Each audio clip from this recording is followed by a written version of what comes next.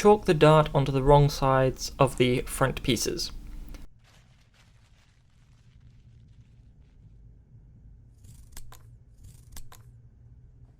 Chalk the centre line and 3 cm from the top and the bottom of said darts, and you can take out the mark stitches.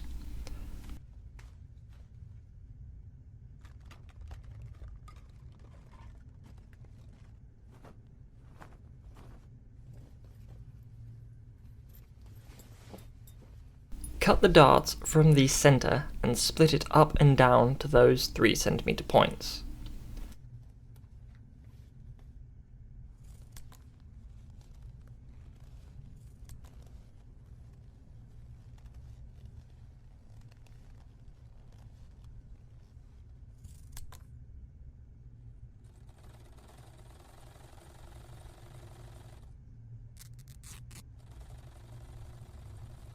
Fold the dart in half and baste it in place. Do the same for both and we'll machine them. It is very important that the raw edges are exactly aligned, otherwise one side might not fully catch in the machine and be susceptible to breaking open. We don't necessarily need to baste them though. I'm showing both and it's definitely easier if it's basted.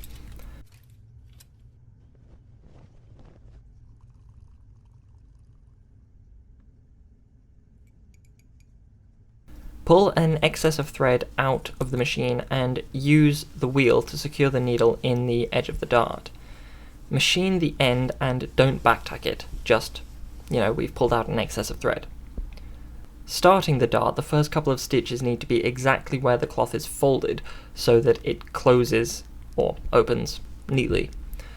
Then begins to gently pull away in a gentle curve towards the apex of the dart, or more just following the straight line we chalked for them. Either one is good.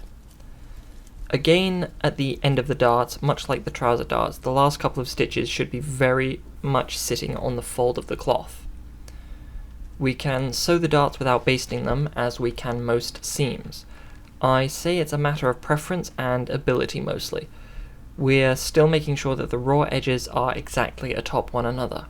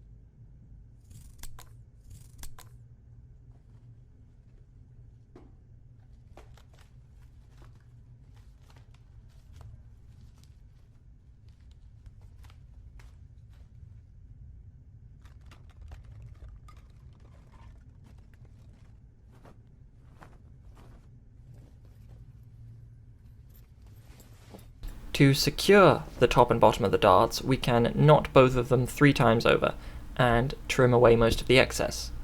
Leave a centimetre or 2 of thread. That said, like the trouser, we can run it out of the machine a little bit so that the thread kind of knots itself at the end. To press the dart open, start with splitting the middle. At the top 3 centimetres, it's usually easiest to wet the cloth.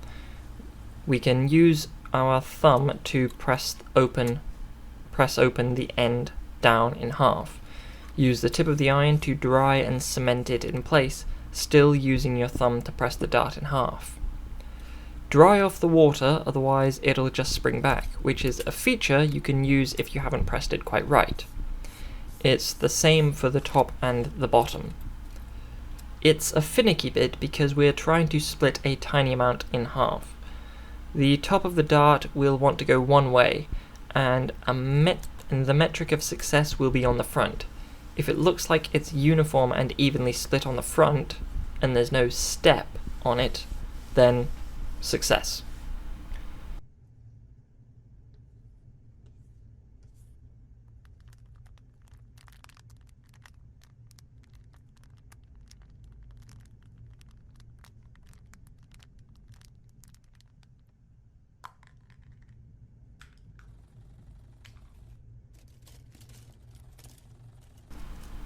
Use the minimum amount of fusing possible to cover the uncut piece of dart and bevel the edges of the rectangle that you cut.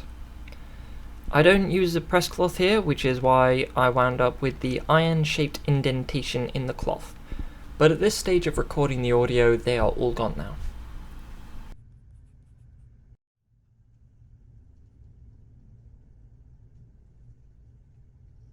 To make the cross pockets, chalk the line and both ends. I'm using the mark stitch on the front side and measuring 16 centimeters back from there to get the pocket opening size that I want. I have a separate video on the cross pocket, but it might be useful to see it here as well. Marking the opening onto both sides of the cloth to apply linen and fusing.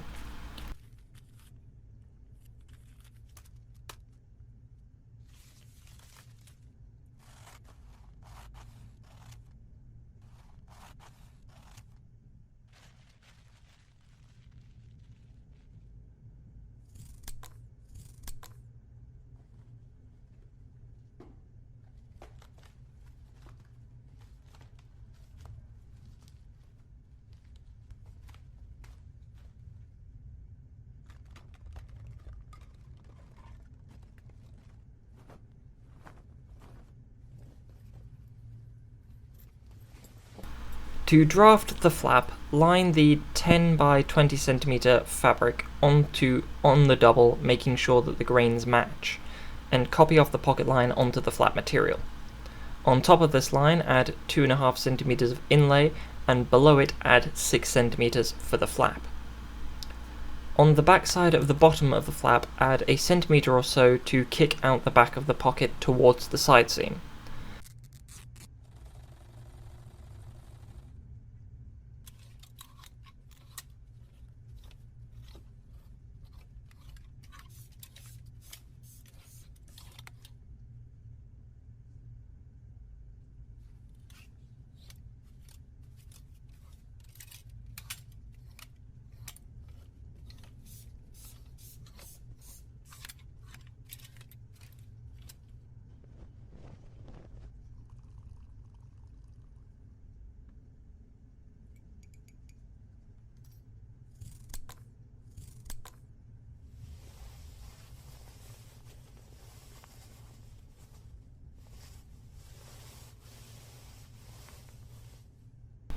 Curve the front edge of the bottom corner.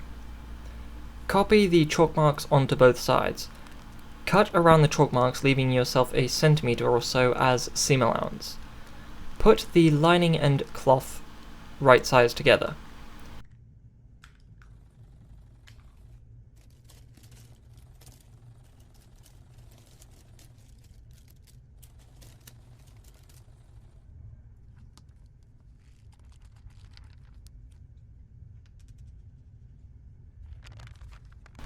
Take some cloth for the jets, about 5 by 24 centimeters each.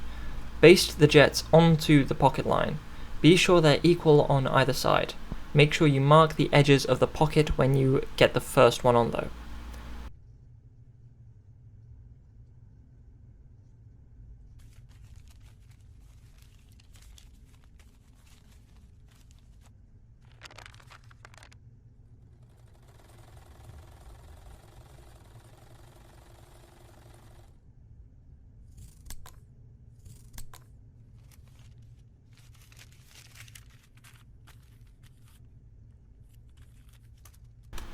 Now we'll go to the machine.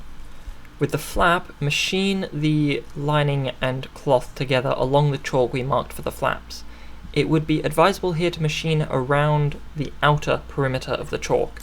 This will give us space to roll in the edge of the flap, and it will remain the size that we like.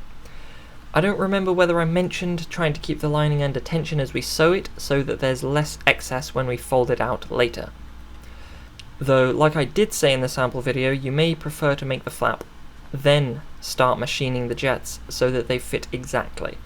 I decided to do it this way first because it was one less trip to the sewing machine. In the future, I'll make the extra trip and make up the flap fully first, then begin sewing the jets.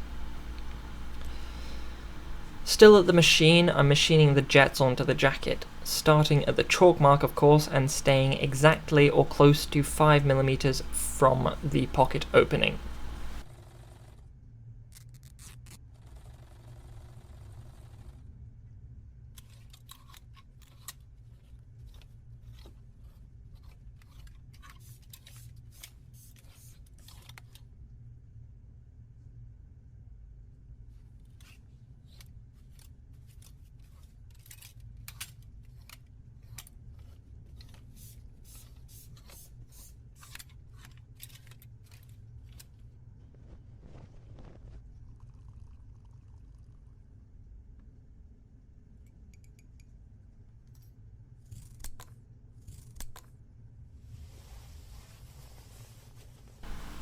Starting with the flap again, cut off the excess of the lining, especially on the corner and the curve.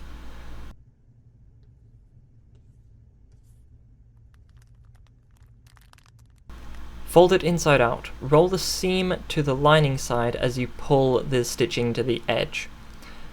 Then we're going to baste around the perimeter to make sure all the excess lining is stuffed away from the edge of the flap.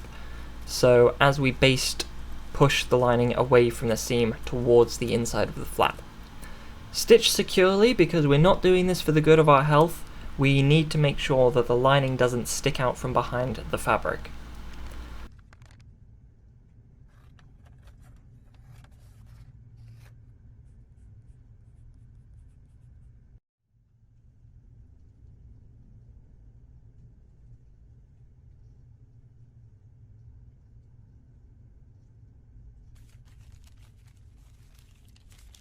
Iron it down, pressing the edges very much in place, and see if you can shrink in the lining, using steam and pushing the iron from the edges towards the inside. It's important that firstly the flaps are perfect mirror images, since that will make the rest of the pocket much easier to make exactly the same.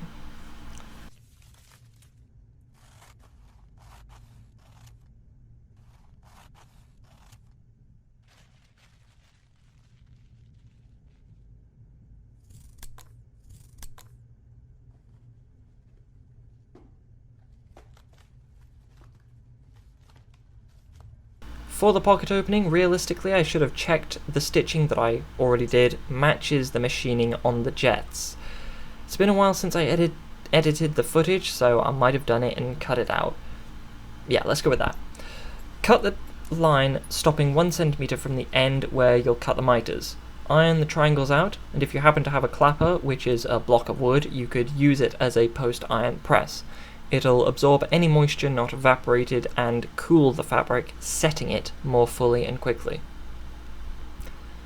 Fold the lower welt up and the seam open and iron it. Pull the top jet through to the back, press down and press it open. There are multiple ways to making welted pockets, and you don't need to use all of them. Maybe try and see what you like best.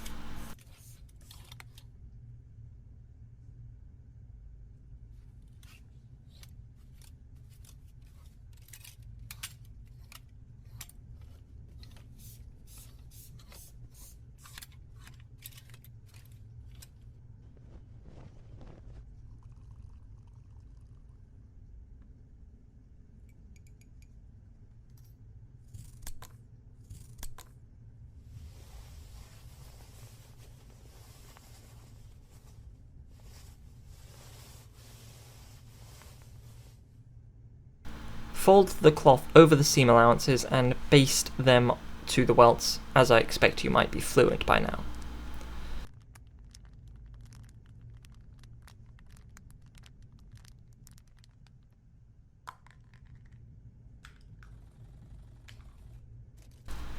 Baste the two welts together to hold them laterally while machining the miters, making sure the loose portion of the welts are folded and pressed down linearly.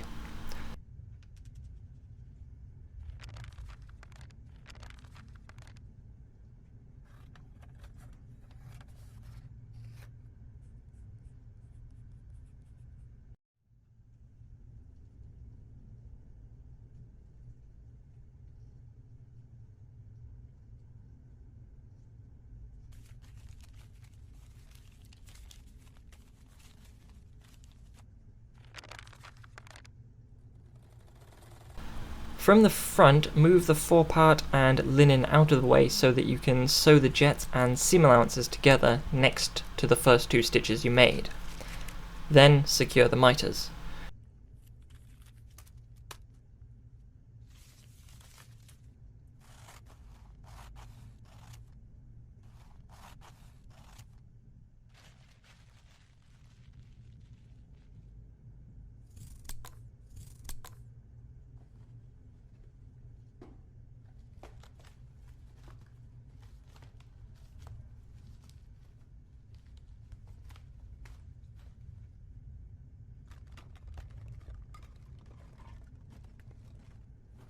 We have the crease to follow, but still make sure nothing is overlapping.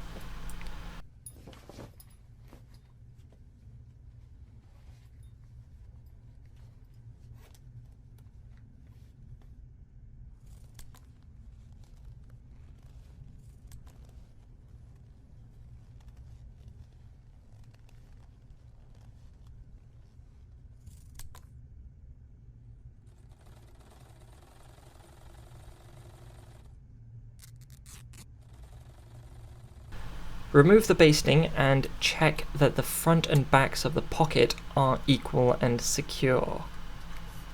We are going to line the pocket bag, or sew a facing to the Silecia. Find where the bottom of the seam is going to be, and machine them together. And I list all the fit up you need in the description.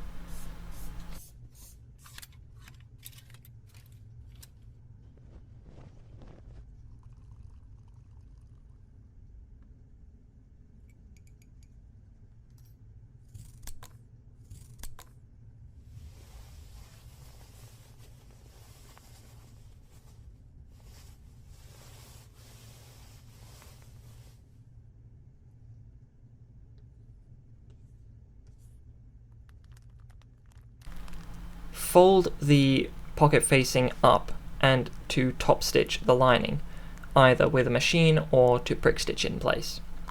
Stitch a rough line along the top just to hold it in place.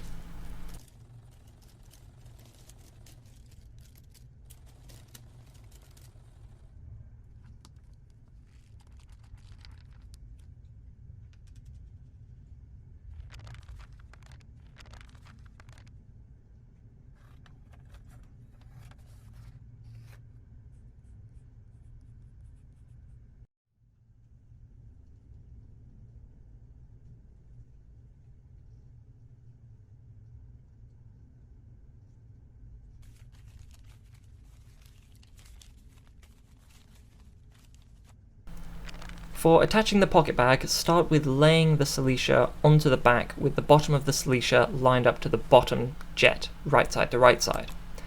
Pin or baste them and machine them together. Machine just a foot's width.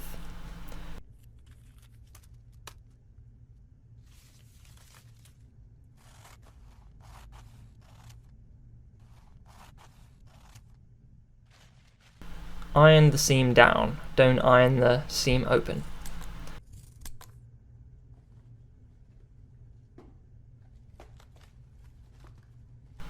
Put a small pleat into the pocket bag and pin it in place. A few centimeters down from the jet and a couple of centimeters deep pointing downwards. This allows the pocket to open better as you put things into it.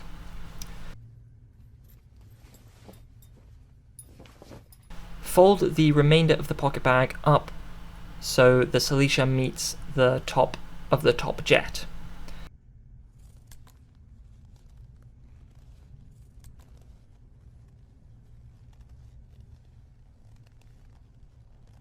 Baste through the lower welt to hold it in place.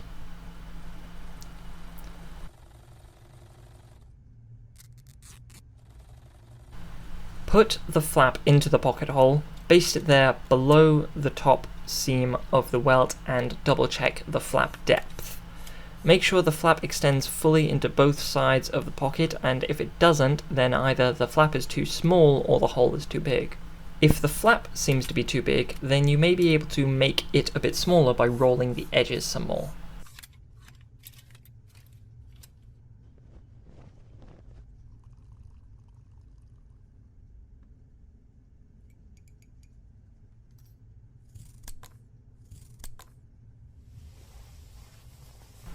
We can mark the stitch lines onto the pocket bag, parallel with the front edge of the flap and slightly angled from the back, and the bottom of the pocket is 6 centimeters above the mark stitches denoting our hems.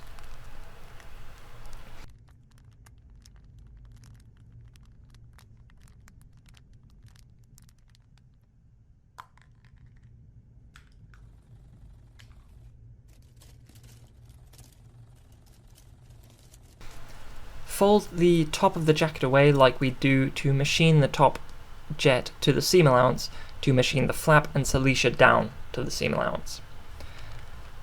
Following which, machine around the perimeter.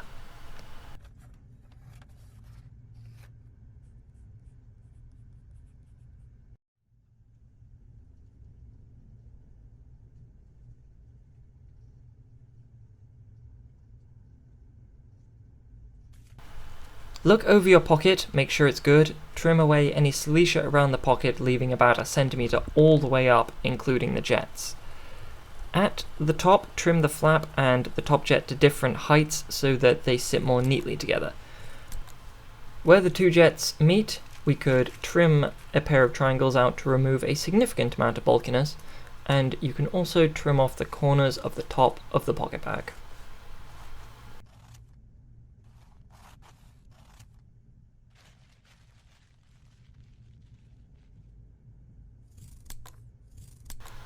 I am making a variation of the breast pocket, a method that I came up with independently, though you could skip past this and just do the other method that I would expect you've practiced to get to this point. Again, I have a list of trimmings you'll need for this pocket in the description. On only the left forepart, or the right, or both if you want to push the boat out, Bespoke, make sure the pocket line is clear and marked onto both sides of the cloth. On the back, fuse the corners of the pocket opening, putting some linen over the top as well, making sure it goes about 3 centimeters above the pocket line, at least. Lay the piece of fabric dedicated to the welt onto the pocket, wrong side up. Copy off the pocket line and either edge of the pocket opening, ensuring they both go straight with the grain of the cloth and are parallel. Above the pocket line, mark 1 centimeter, then 2.5 centimeters above that. Perpendicular to this line, chalk out from the edges of the pocket. Mark 2.5 centimeters above this line and then 0.5 centimeter above that line. Give ourselves a rough 3 centimeters on either side of the welt, cutting around the top and bottom line and both 3 centimeter lines. With our 16 by 19 centimeter pieces of Silecia, copy off the pocket angle onto both and cut that portion away. Line up one of the pieces of the Silecia to the welt such that it will create an angled shape when folded open. Sew it to the side we gave the 0.5 centimeter seam allowance. Machine them with a 0.5 centimeter seam allowance and without backtacking, and iron the seam open.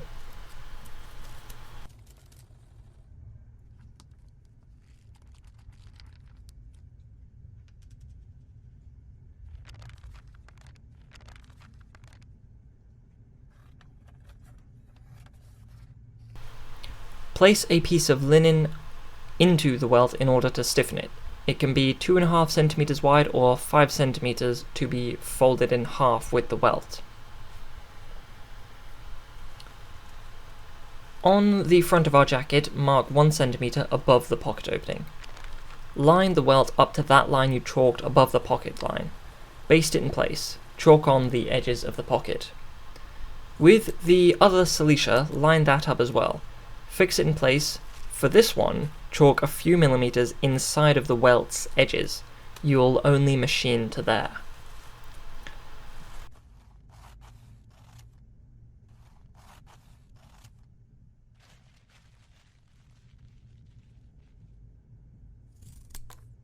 Machine the welt with a 1 centimeter seam allowance, thereby fixing the bottom of the welt at the bottom of the point of your pocket as desired.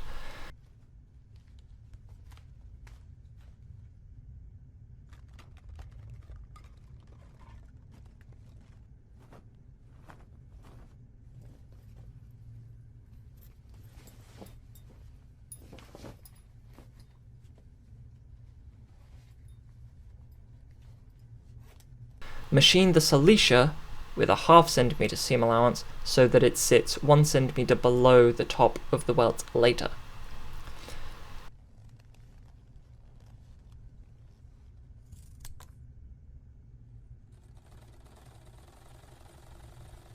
Remove the 3 pieces of basting. As with welt pockets, open up the pocket hole. This time, however, cut level with the stitching holding the Silecia and cut straight up to it. Then, from there, diagonally to the welt stitching.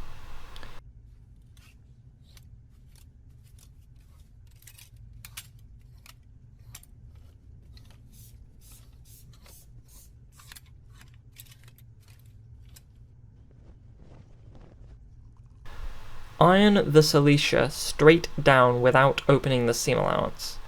Push the cloth through the pocket hole.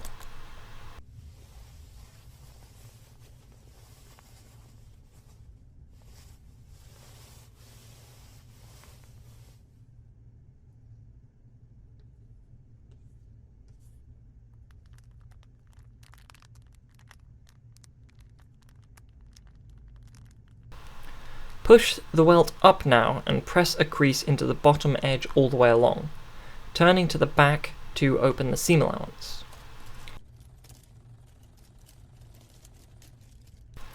Cut down the seam holding the pocket Silecia to the welt, to the width of the pocket hole, and maybe you want to reinforce the edge of this stitching here.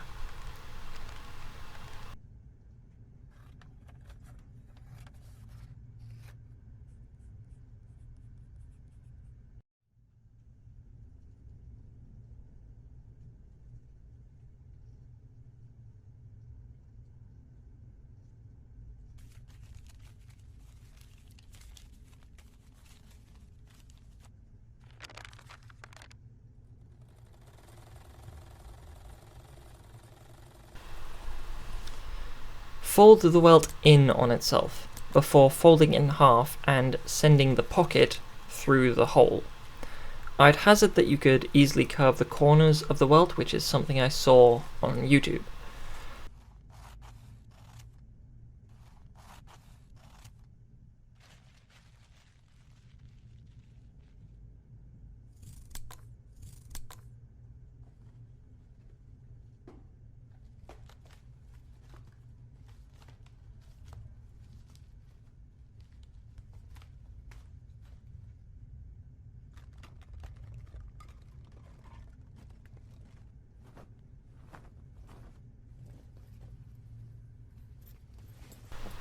Push the pocket bag through the pocket hole so that the welt gets folded in half.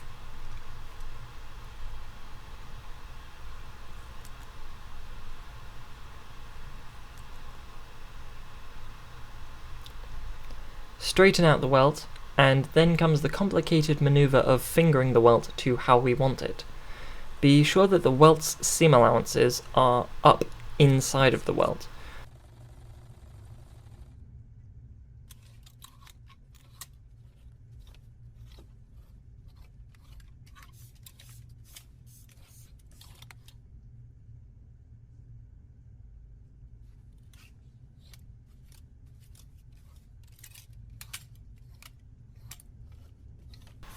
On the front-facing side of the welt, we want to extend the side seams beyond the stitching used to machine the welt in place by literally a millimeter or two, and we want the edges to be parallel and go straight upwards.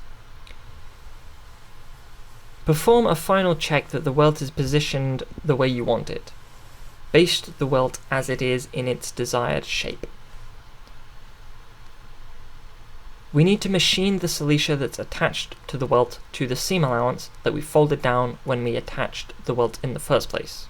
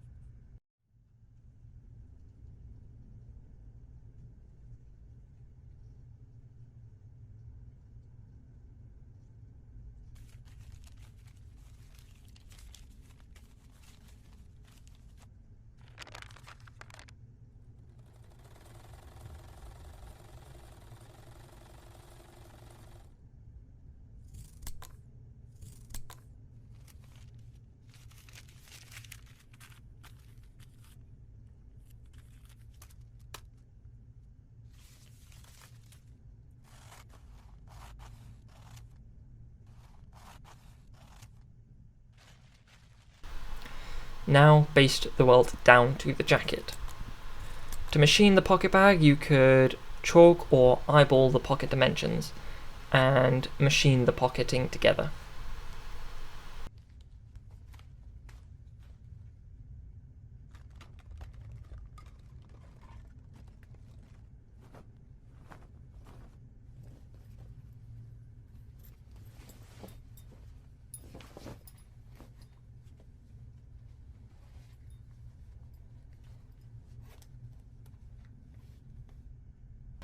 Cut down the Silecia to 1 cm seam allowance, and then you could definitely cut down one of the pieces of Silecia to 0.5 cm to layer it a bit more.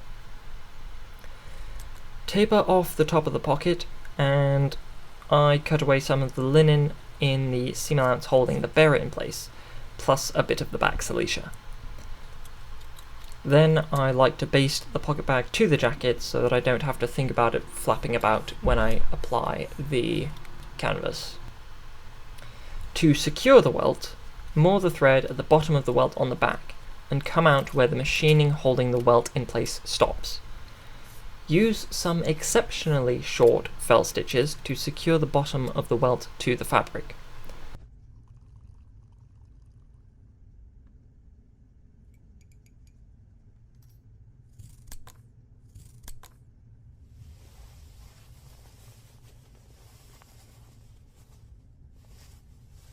Fell up the edge, remaining as dense as possible to keep the welt as secure as possible, and if you could use fine silk thread here, that might be advisable. When you get to the top, fell a few stitches over the top before moving to the back of the fabric. We will stitch it down through everything except the outermost layer of the welt. This way the stitch doesn't show on the outside while still holding it in place. Getting to a little below the welt, do a 180 and stagger your stitching back to the top of the welt and fasten the thread there.